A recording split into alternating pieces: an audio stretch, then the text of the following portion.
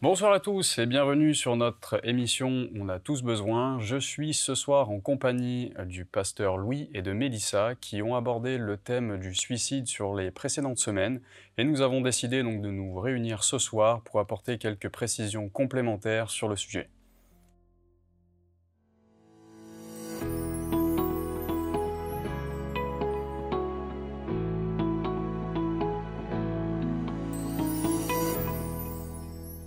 Alors, Louis, Mélissa, merci de nous rejoindre ce soir pour développer un petit peu plus sur le sujet du suicide.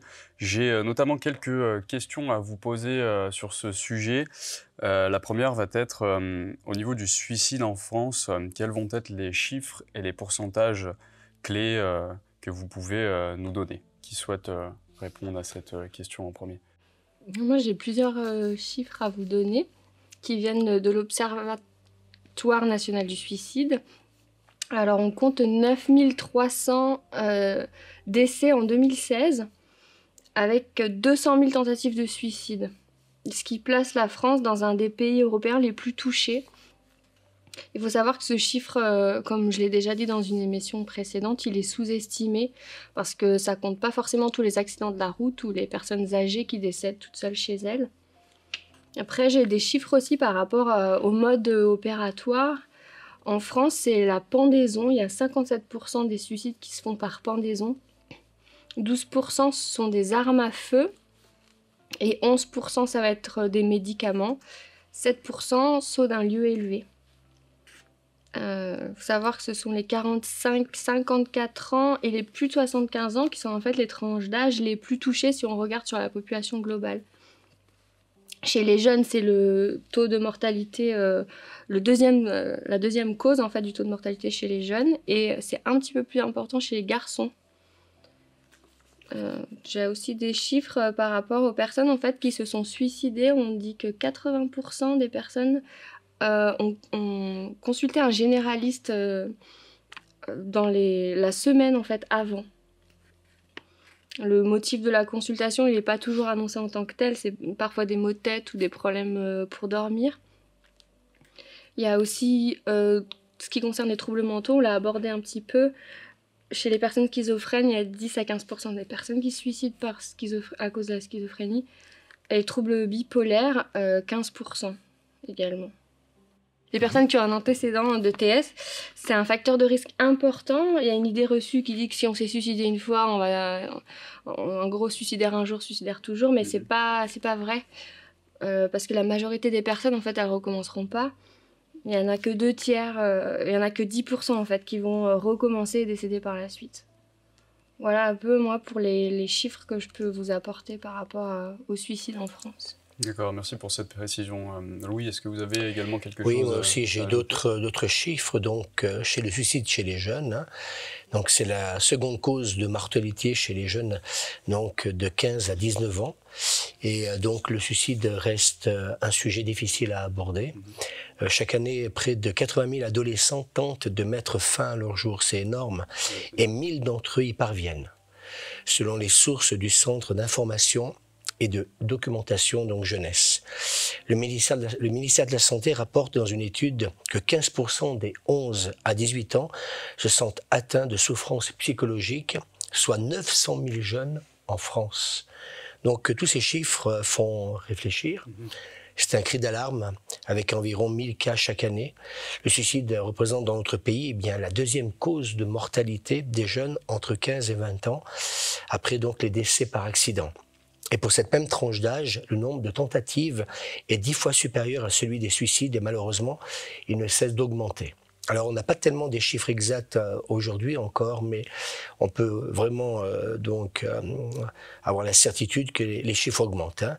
Les garçons qui ont recours à des moyens plus violents sont 2 fois plus nombreux à se donner la mort. Mais les filles, en revanche, font plus de tentatives de suicide. Et au cours de ces dernières années, beaucoup d'efforts donc ont été entrepris pour développer la prévention auprès des adolescents et des jeunes, et on peut s'en réjouir, parce que vu les chiffres, je crois que c'est rassurant de savoir qu'il y a des personnes spécialisées qui travaillent et donc pour aider cette jeunesse. Et bien entendu, depuis 1997, une journée nationale de prévention du suicide permet de prendre la mesure du phénomène donc au sérieux. Et de nombreuses régions donc ont fait de ce problème une de leurs priorités sanitaires. Et les initiatives locales se multiplient, associant de nombreux donc partenaires. Et moi je pense aussi que l'Église a aussi sa part. Et j'ai l'habitude de dire qu'on a tous besoin, voilà, c'est le titre de cette émission. Et je crois qu'il faut que chaque partie puisse contribuer justement à faire un travail en coopération pour justement le bien de cette jeunesse. Voilà, pour cette question. Eh bien, merci pour ces précisions. Pour la deuxième question, c'est un peu une idée reçue qui dit qu'en gros, que parler du suicide à quelqu'un peut peut-être l'inciter à le faire. Qu'est-ce que vous en pensez ? Je vais prendre la parole. Allez. En fait, c'est plutôt l'inverse. Le fait d'oser en parler, de poser des questions à une personne, ça va permettre de désamorcer, de déceler un risque suicidaire et d'orienter la personne, en fait, de lui tendre la main et de pouvoir discuter avec elle. Donc, il ne faut vraiment pas hésiter, même à être précis, à demander si elle a des idées suicidaires, la personne, si elle a imaginé un scénario. Et en fait, c'est vraiment plutôt quelque chose qui va aider. Après, il y a faire attention aussi à l'effet de fascination. C'est vrai qu'il y a un effet qui s'appelle l'effet Werther, qui a été mis en évidence en 1982 par un sociologue. En fait, il y a une hausse importante du nombre de suicides par arme à feu en Europe, parce que y a eu la publication d'un roman en fait qui mettait en avant les souffrances d'un jeune, qui s'appelait Les souffrances du jeune Werther, et du coup ça a un peu romancé ou poétisé le suicide. Et c'est vrai que ça a suscité l'envie chez certains. Donc c'est la manière dont on va en parler en fait qui est importante. C'est sûr que si le suicide s'est présenté comme une forme poétique pour terminer sa vie, oui, ça peut générer voilà, ça chez les jeunes ou chez les personnes qui sont en grande souffrance et qui cherchent une issue en fait.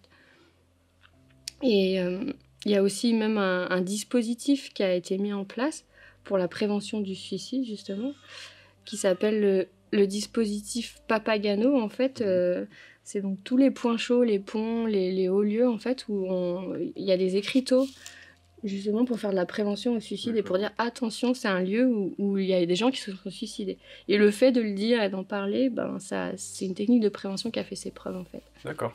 Ok, super. Est-ce que Louis, vous avez quelque chose à ajouter? Oui, je peux simplement rajouter qu'il faut veiller notamment à ce que la mort, qui fascine parfois les jeunes, parce que ce langage est quand même assez courant, ne prenne pas une place excessive. Et on sait en effet que le suicide peut devenir chez les jeunes un mal qui peut être contagieux. Et il y a 2 versets dans la Bible qui m'ont interpellé, je voudrais donner quand même pour répondre un peu à cette question. C'est dans l'Ancien Testament, dans le livre des Proverbes, au chapitre 18, verset 21, qui nous est dit donc que la mort et la vie sont au pouvoir de la langue. Et celui qui aime en mangera les fruits. La mort et la vie sont au pouvoir de la langue. Et je crois que si vous rencontrez des personnes qui aiment la vie, eh bien, voilà, elles vont nous donner envie de vivre en fin de compte. Mais quelqu'un qui parle de la mort peut aussi, d'une certaine manière, amener une sorte d'état d'esprit qui risque de plomber l'atmosphère, comme on dit. Alors, la mort et la vie sont au pouvoir de la langue. Et puis, un autre texte, toujours dans le livre des Proverbes, chapitre 6, verset 2, qui nous est dit que tu es enlacé par les paroles de ta bouche. Tu es pris par les paroles de ta bouche. Et j'ai presque envie de dire qu'on peut se lier nous-mêmes par des paroles négatives, mais on peut être aussi, par rapport à ce qu'on disait, c'est qu'on peut être aussi enlacé par les paroles des autres. C'est pour cette raison que je crois que pour éviter d'être suicidaire ou d'en avoir peut-être la pensée à l'esprit, il vaut mieux rencontrer des personnes qui vont justement parler de vie, de ce bonheur de vivre, qui va peut-être justement changer peut-être l'état d'esprit et penser que la vie, c'est peut-être non pas que les difficultés, non pas que les problèmes, mais surtout faire attention de ne pas se lier soi-même et de se lier aussi par, la parole des autres. Voilà ce que je voudrais répondre. D'accord, super. Merci pour ces précisions également. Quels vont être les principaux facteurs de risque qui amènent au suicide? Voilà, Mélissa, à vous l'honneur, c'est comme vous voulez. L'honneur aux dames, toujours. Voilà, sinon, voilà. Okay. On va rester poli dans cette émission. Donc, juste pour reprendre, les facteurs de risque, c'est les prédispositions qui accentuent la fragilité et la vulnérabilité d'une personne, qui augmentent la probabilité qu'elle passe à l'acte, en fait. C'est ça quand on parle des facteurs de risque. Il y en a plusieurs. Il y a les facteurs de risque dans la situation présente, je dirais. Voilà, un perte d'emploi, une rupture familiale, l'annonce d'une maladie, du harcèlement, les relations avec les enfants ou avec le conjoint qui sont compliquées, les troubles mentaux, tentatives de suicide qui ont été faites récentes, problèmes chroniques, hein, les douleurs chroniques. Il y a aussi tout ce qui est les consommations toxiques, ça c'est un facteur de risque qui est très important, que ce soit drogue ou alcool. Et ça, c'est des facteurs qu'on dit proximaux, donc qui correspondent à la situation un peu tentée. Puis après, il y a aussi des facteurs qu'on appelle distaux, qui sont liés à l'histoire antérieure, aux antécédents familiaux générationnels. Donc c'est sûr que s'il y a eu un dysfonctionnement familial, perte des parents, abus, violence, voilà. Ça, c'est des choses qui vont fragiliser en fait la personnalité et la psychologie de la personne. Et on parle aussi des troubles mentaux dans l'enfance, difficultés scolaires, perte, séparation. Voilà, c'est vraiment ça, ce sont des facteurs qui sont à risque. Ok, super. Louis, également, quelque chose à rajouter sur le sujet? Oui, bon, un peu des choses qui sont complémentaires, mais voilà, je pense que Mélissa a bien su un peu décrire les choses qui concernent cette question. Moi, je ne sais pas ce qu'on veut dire, la douleur et l'échec sont aussi des gros facteurs. La goutte qui fait déborder le vase, l'amertume, la rancœur, voilà, la culpabilité. Et puis, je crois qu'on peut dire que le suicide est rarement un acte volontaire et clairvoyant. Il est le plus souvent la conséquence fatale d'un désordre psychologique. C'est ce que, voilà, on peut dire, dans lequel se trouve entraînée une personne.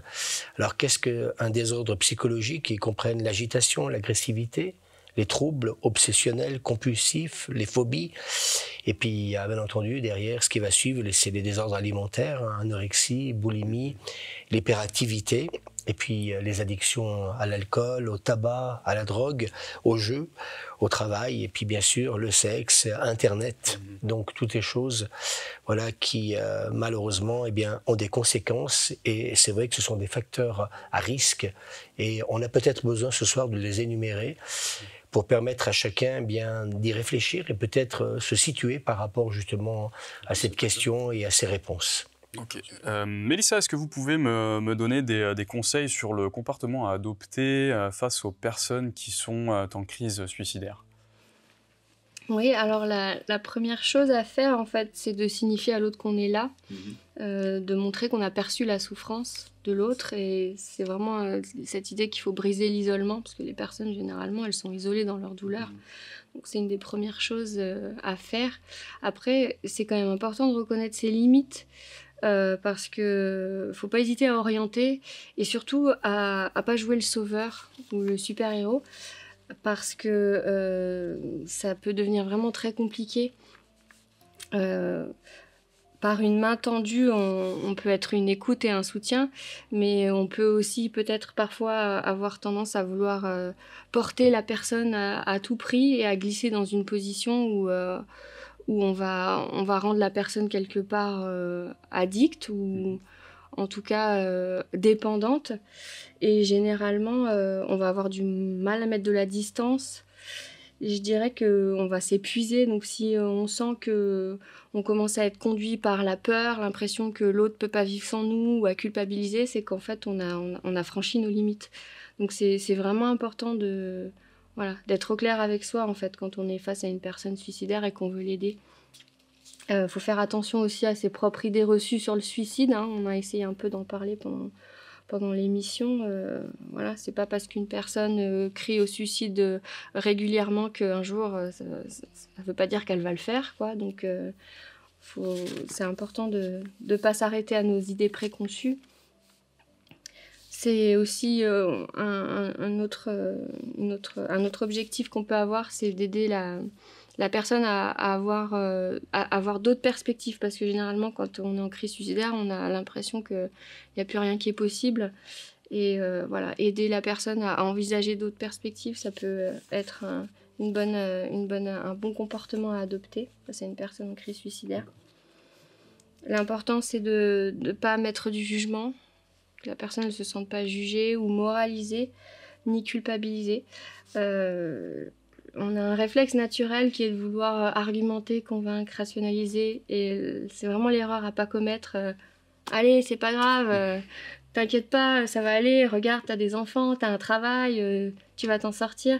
C'est des choses qu'on pourrait être tenté de faire, en fait, et qui sont délétères parce que la personne, elle se sent incomprise et elle a déjà été dans ce genre de raisonnement avant, en fait, et elle en est plus là. Donc voilà, vraiment faire attention à ça.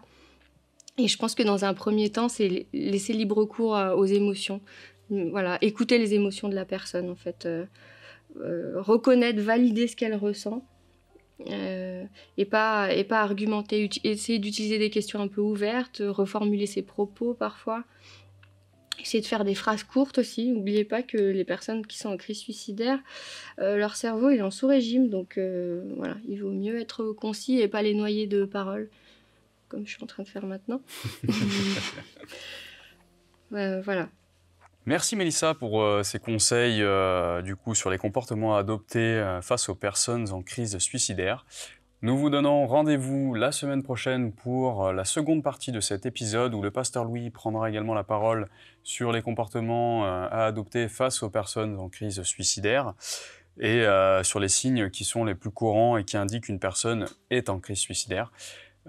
Si toutefois vous avez le besoin, si vous ressentez dans cette situation, dans ce qui a été dit, dans ce qui a été évoqué, n'oubliez pas que nous sommes là pour vous, l'Église est là pour vous également, et vous pouvez simplement prendre rendez-vous avec le pasteur, par exemple, venir un dimanche matin au culte à partir de 9h30 au 46 rue du Faubourg Sabran à Voiron, ou tout simplement par téléphone si vous le souhaitez.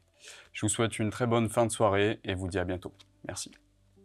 Chers amis, on a tous besoin d'un médecin, d'un kiné, d'un banquier, d'un charpentier, d'un avocat, d'un psychologue, d'un comptable et pourquoi pas d'un homme d'église. Cela se faisait non seulement par le passé, mais se pratique également aujourd'hui. Si vous souhaitez prendre contact avec nous, un téléphone, le 09 53 61 77 96 ou pourquoi pas sur rendez-vous, lieu la Cité de Lumière, l'adresse le 46 rue du Faubourg Sermoran à Voiron.